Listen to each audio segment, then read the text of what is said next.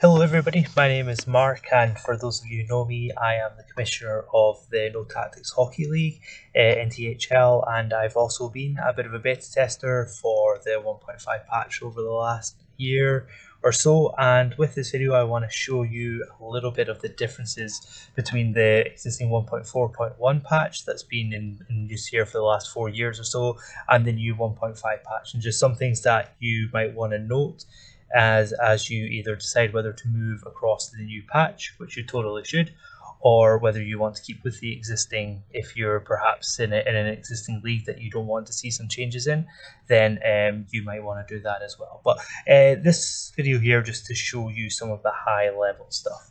So one of the questions that I've seen asked a few times is how to basically turn a new database, or sorry, an old database into a new database. And you can do that by loading a database in the latest version of the EHM editor and just moving across. It will come up at EHM 1025, just push it to EHM 1034. You can save that directly and that will work, and that will become a 1.5 compatible database.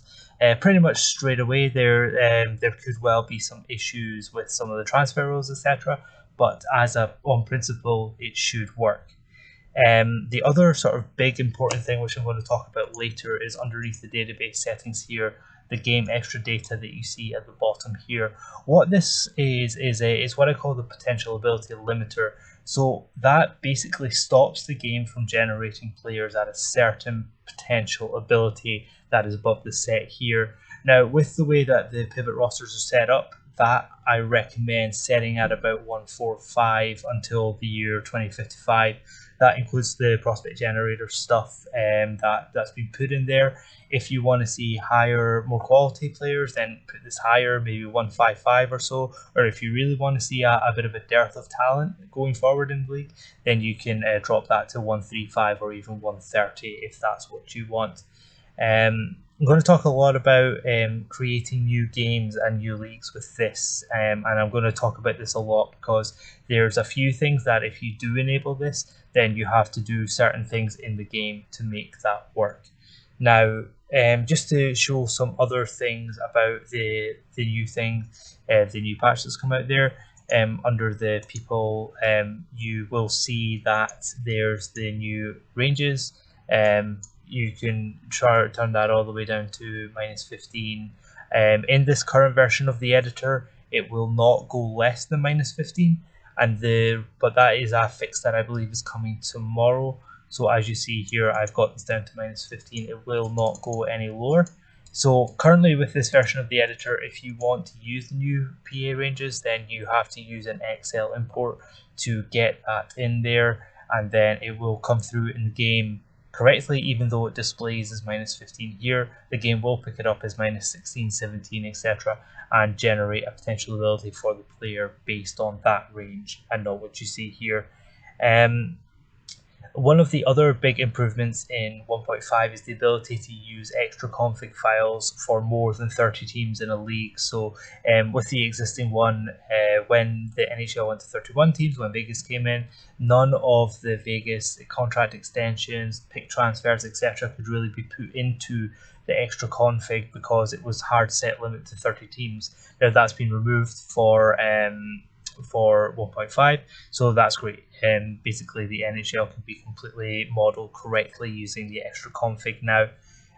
On top of that, there's a whole bunch of stability fixes that are all listed out, and there's also more things for database creators to use to create more custom databases and get more rules in there than previously was able.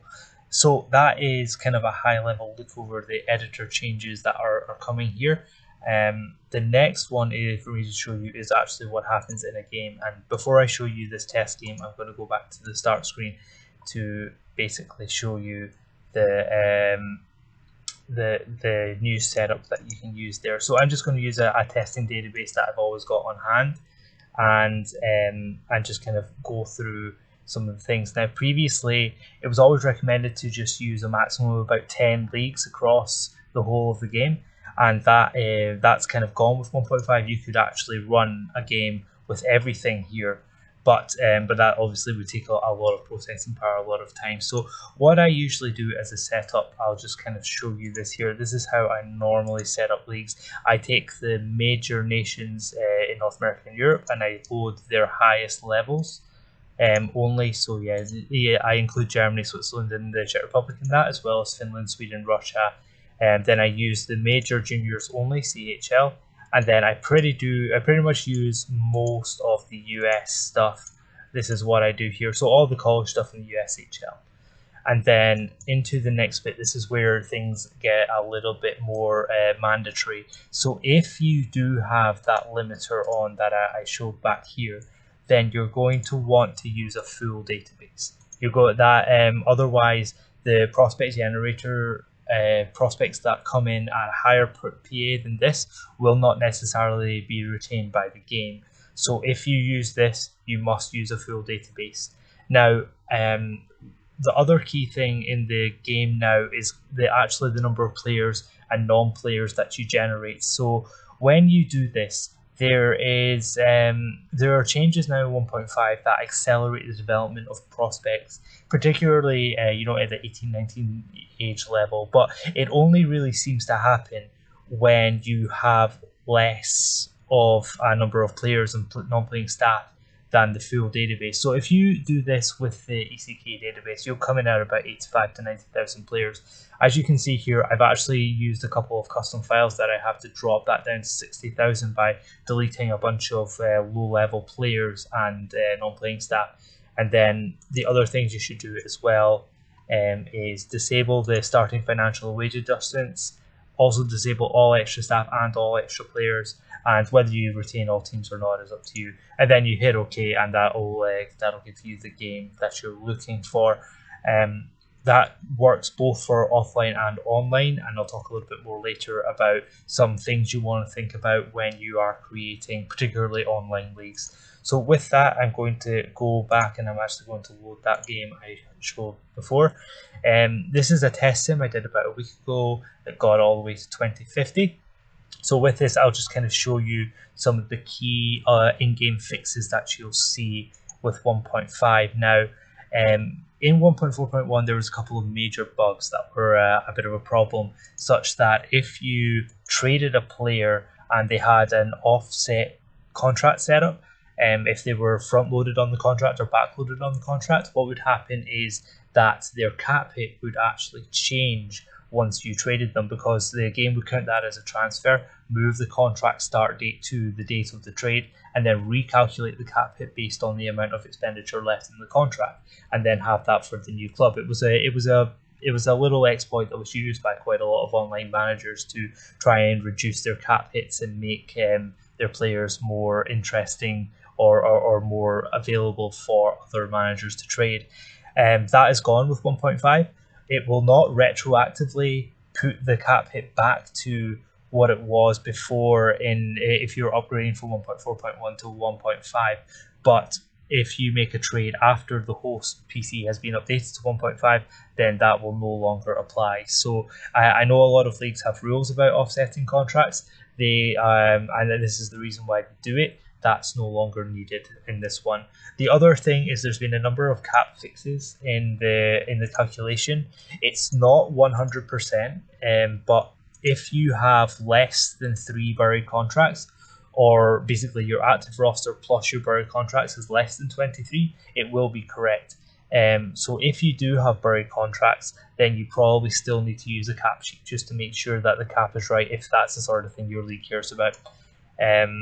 But generally it's a lot better than it was before, and generally calculates fairly well. You can see here this team here, New Jersey, 91.5 cap, they're at 89.9, so they're running fairly close to the cap when you include their cap penalty.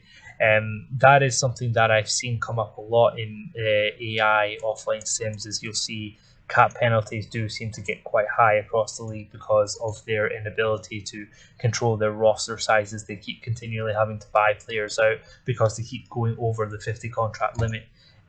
That's something that you'll see in offline sims, but obviously in online leagues where players have a bit more of a control over that kind of thing, it doesn't really happen so much.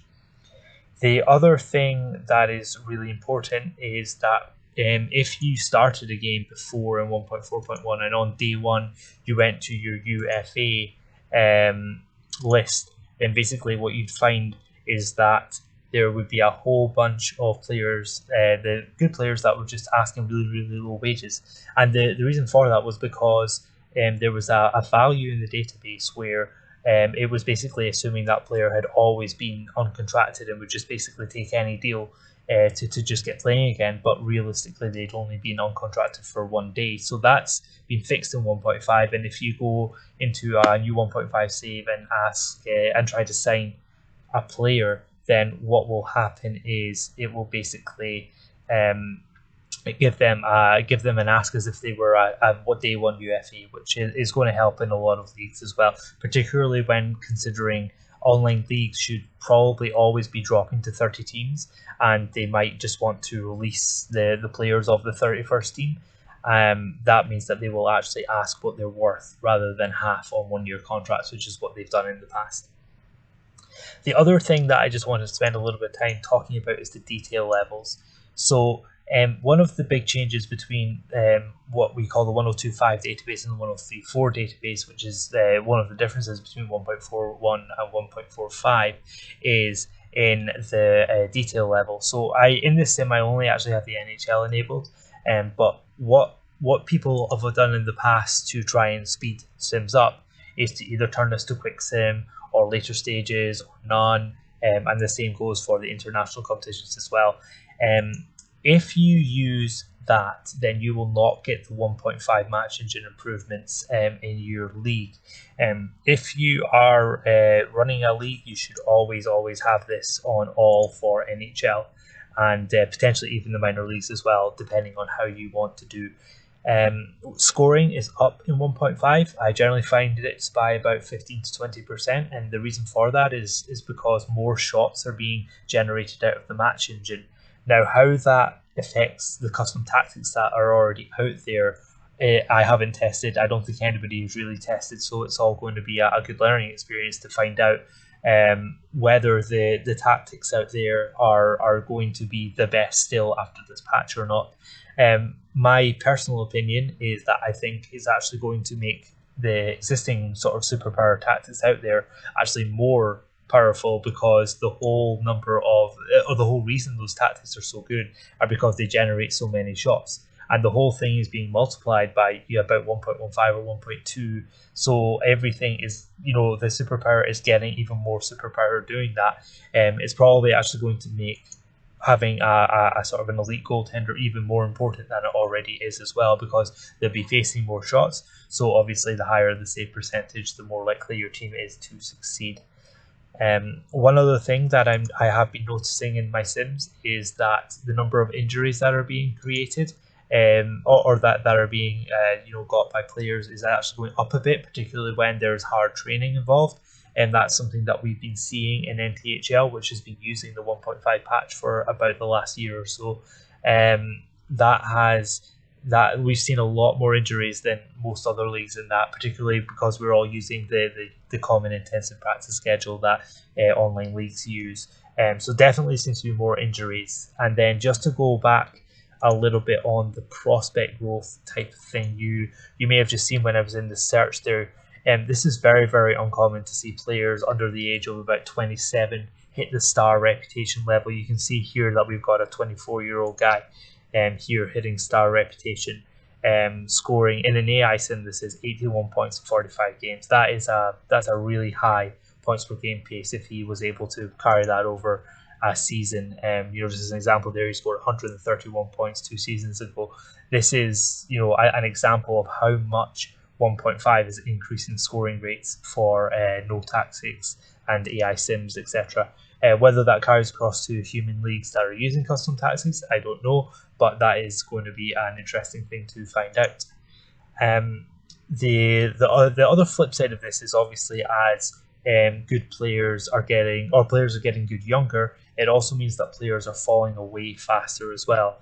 And you can get the odd one here and there. Here's an example. Here's a guy who's 36, who is obviously he's the second highest reputed player on the game.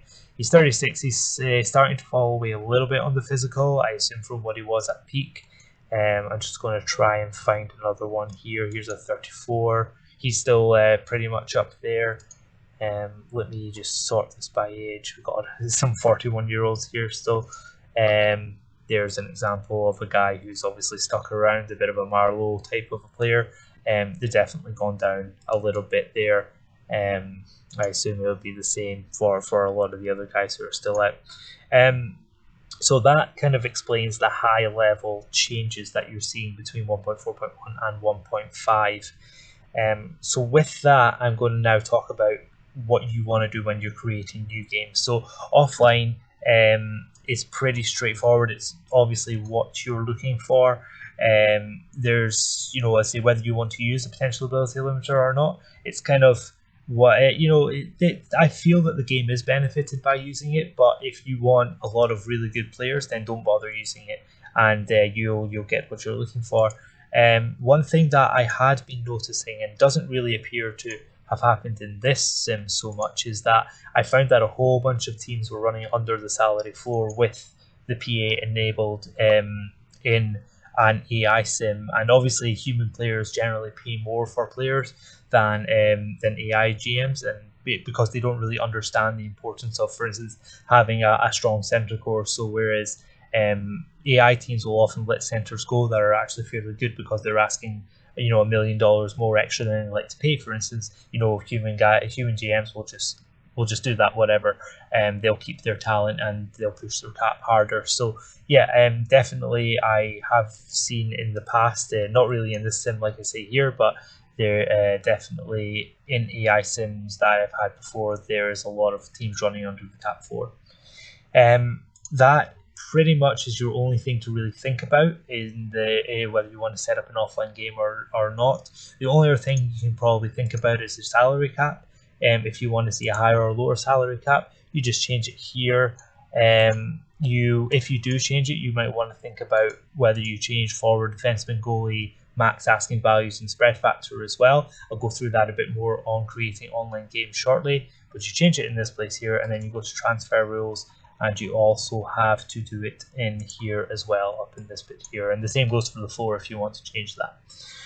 So with that in mind, I'll go switch over to an online game now. So if you do want to start a new online game, there's a lot of things that you probably didn't have to do in 1.4.1 that you kind of should think about doing now for long-term success in the games. And the first thing obviously is going back to that potential ability limiter.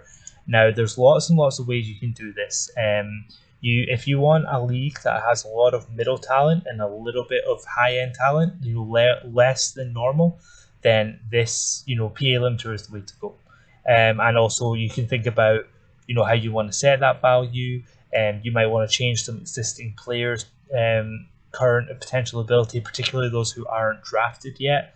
And I would actually recommend, even if you don't change them, to tell the people in your league that you have, because that way they're not going to open up the existing database that you're using and go through it to try and find the potential abilities of players to try and draft better. The people who play this game are pretty wily, so they'll always find a way. But at the same point, it's probably something worth thinking about. The summary of this is, whatever player potential ability model you want to follow, it can be done with 1.5. That was not possible with 1.4.1 before, and that, to me personally, is probably the biggest change in the game, or at least the biggest positive change in the game anyway. So that is the first one. The second thing that we're... And then, just to show a little bit more about how much the PAA changes over a long-term game with compared to the original database, what I've got here is a bit of an output from this here being the first, the day one of, I think it was Pivot v 5.5 I used for this, basically showing the abilities of players created in that database. And ignore that, it's not PA, this is actually current ability. And then what you actually get, this is now in 2050, so this is actually 30 years later. You can see the 30-year year of birth changes. I've just done this by calendar year. What you can kind of see here is the comparison of the cumulative across there. So the top high end is fairly close. There's a little bit of a gap between 171 and 180 compared to 161, 170. The reason for that is there is no range that allows you to top a potential out at 170. You've either got the ranges that top out at 160 or the ones that top out at 180. So there's a little bit of an extra there, and then it actually comes down a little bit again once we get down to the 160, and then it's fairly well balanced as you get along there. So using the default prospect generator plus that PA limiter at 145 for a max PA gives you a fairly good representation of what abilities will be like in the game on the long term. And what you also see here is this is the number of players that have hit that specific level of current ability by their age. So 1.5 definitely accelerates prospect growth, even in AI sims. You can kind of see here, looking at 21-year-olds. You in 1.4.1 league, you would never imagine having a newly created player coming through and being at over 180 current ability by the age of 21. That just wasn't heard of before. So this, as you can see, kind of accelerates that a little bit, and you can see on day one of a pivot database, it does kind of go down fairly quickly. It's not that quick in the new games, but it's definitely there. You can definitely see the tailing off. Once they get to 37, 38, that's them down to below a first line player level, which is important. So just to show that, I'm going to show you an example roster, I guess. So if we go to history here, you can see the New Jersey Devils just won the cup. So let's have a look at their team. Let's start with their goalie. As you see, Curley got a very good goalie here, posting a 913 and 925 in the playoffs there. Backup is not quite as good. Younger player there. Going through their tactics, one thing I did look before is that their defensemen have actually won 4 straight Norrises between this guy here, who is one of the best players in the game here. And I think it is this guy. No, it's not him. It's another one perhaps. But anyway, that's their first defense pair. And then looking at their second, there we go. And their second one. Yep, lots of pace in that defense. Came through, sort of a fairly standard third line defenseman. This guy's a little bit better, probably up towards the second level defense and second line level, but clearly a very offensive player with limited defense stats.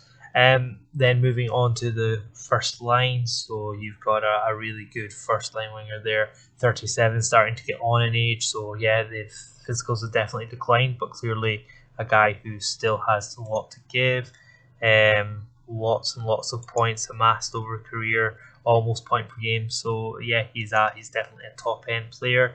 Your top end center. Oh, another guy who's saw his physicals go down a bit, but look at all this. This is a lot of heavy green here. One thing I have noticed with this game is that teamwork and work rate seem to be a little bit low across players. That's something I'll have a look at from a prospect generator perspective and see if I can improve it for next time. The other part of that top line, there we are. Another very good winger there. Just moving down, the rest of their wingers, it's the guy with speed, and this one looks more like a power forward. Yes. Balance often really helps with the AI sims and teams.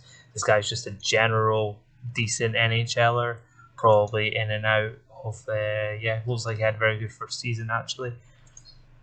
Going through the centers, there's another guy. There's that work rate issue coming in again. I need to definitely have a look at that. Another good center there. Another guy getting on in age, and obviously physicals dropping. And then last one, a smaller guy, this one, but still very effective. Going through the wingers, this is this guy here, 95 points, 76 games, obviously very good, more than point per game in the playoffs. There we are, that's another fairly decent guy there.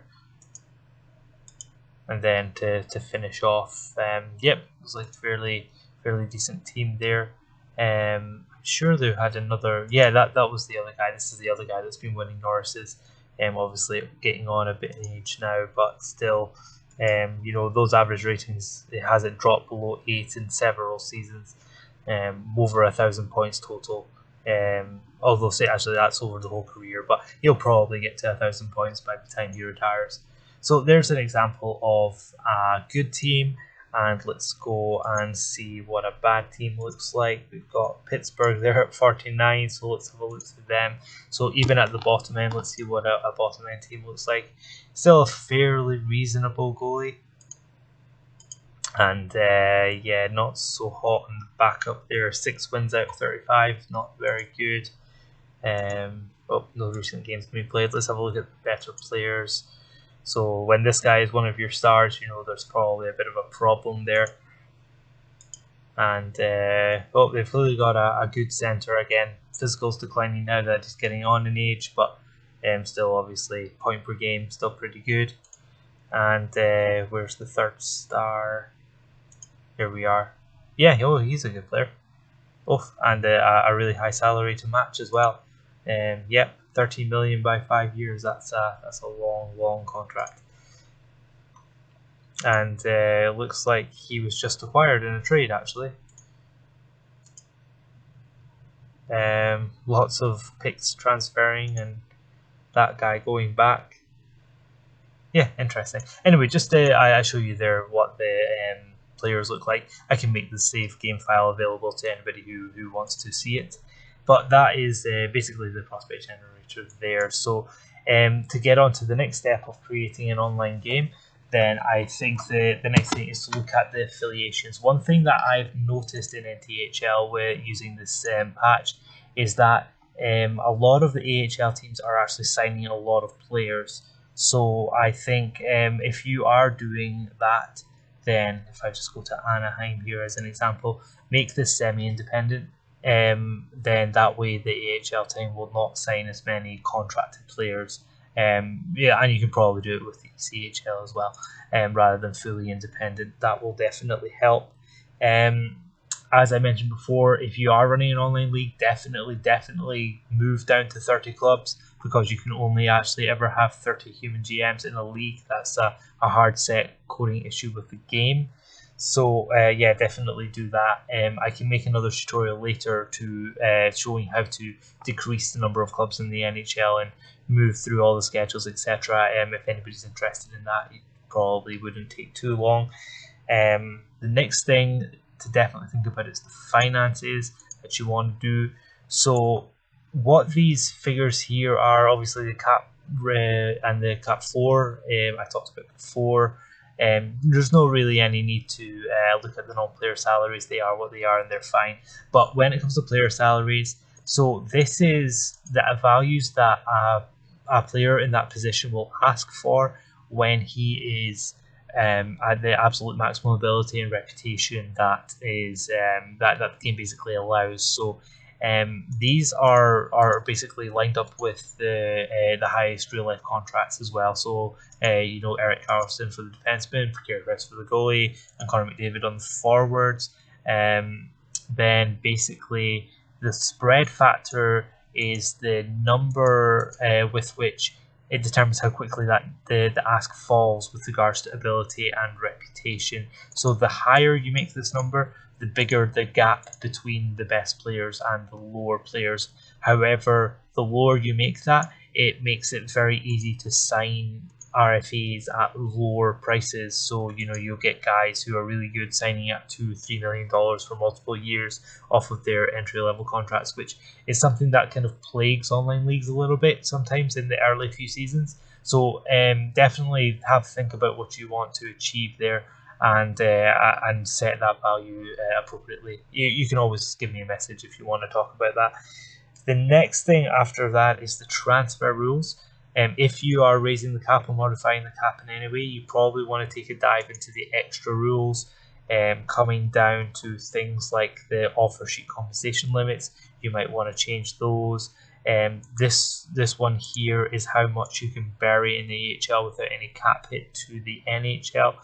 Generally, it's set to 950,000, but you can always set that more if you want to give people a bit more relief. And right at the very top here, the minimum yearly wage, which probably ties in with that as well. Max yearly wage for entry level, that type of thing.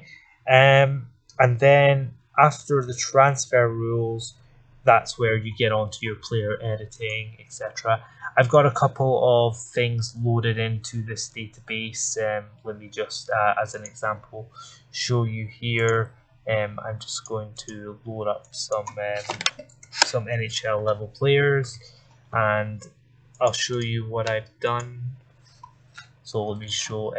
What I do is I import a folder that makes, so a file that makes players, also non-players. So I take the best, I think it's 300 players for every calendar year, and basically put in a a -14 coach based on their player role, etc. It's just a little file I made to kind of have players become non-players afterwards, because I thought it was pretty cool to have. To see that continue, instead of the guys retiring, they actually go on to become non-players. One of the things actually you'll see in this game, just as an example, you've got a Roman Josi as the GM of Pittsburgh here, and go down. It would probably be some more. Vince Dunn is a player there. Not so many on this one, but there are on others. There's Patrice Bergeron on Tampa Bay, and there's a whole bunch more. It's just a little thing I add. In addition to deleting the lower end players to try and control the number of players, which I talked about earlier. And then that is pretty much the last thing you want to think about. If you are reducing to 31 teams and you want to do some kind of contraction draft, then you can do that here. Just remember to modify player rights as well. So if you delete a team, make sure their rights get clear as well, or that could potentially cause issues in the league. That largely is setting up a game, and then there's the extra config file, which just needs to be cross-checked as well. I'm always around if anybody has any questions about doing it or wants any advice on helping getting leagues set up. Whether you play with tactics or not is completely obviously up to the starter of the league. With 1.5, I think that it is actually a lot of fun to play with the no tactics leagues and the rules associated with that. I really do recommend it. It makes it a lot more interesting, because not only do you have to think about players like their abilities, you also have to think about player types, how they match up with your head coach tactics, etc. And obviously, getting good coaching is a critical part, rather than it just being the one way to win super tactic approach that you get in regular tactics leagues. But everybody can do they join whatever league they want, of course. And with that, I think that's everything that I wanted to put in this video. If anybody has any questions, just drop me a message and I will get in touch. Thank you.